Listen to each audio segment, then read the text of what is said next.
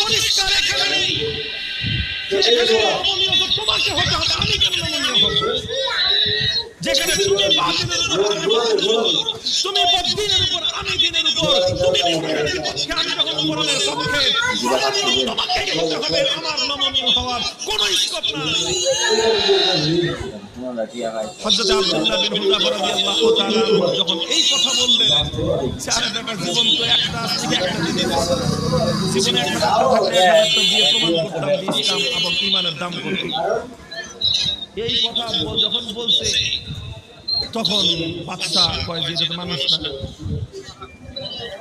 মানুষ কি এরকম হয় নাকি? আরে মৃত্যুর মুখোমুখি দাঁড়িয়ে মৃত্যুকে আলিঙ্গন করার জন্য পাগল।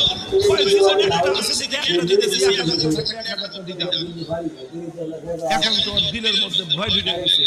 আল্লাহ পাক রব্বুল আলামিনের পক্ষ থেকে সাহায্য আর নুসরত আসবে।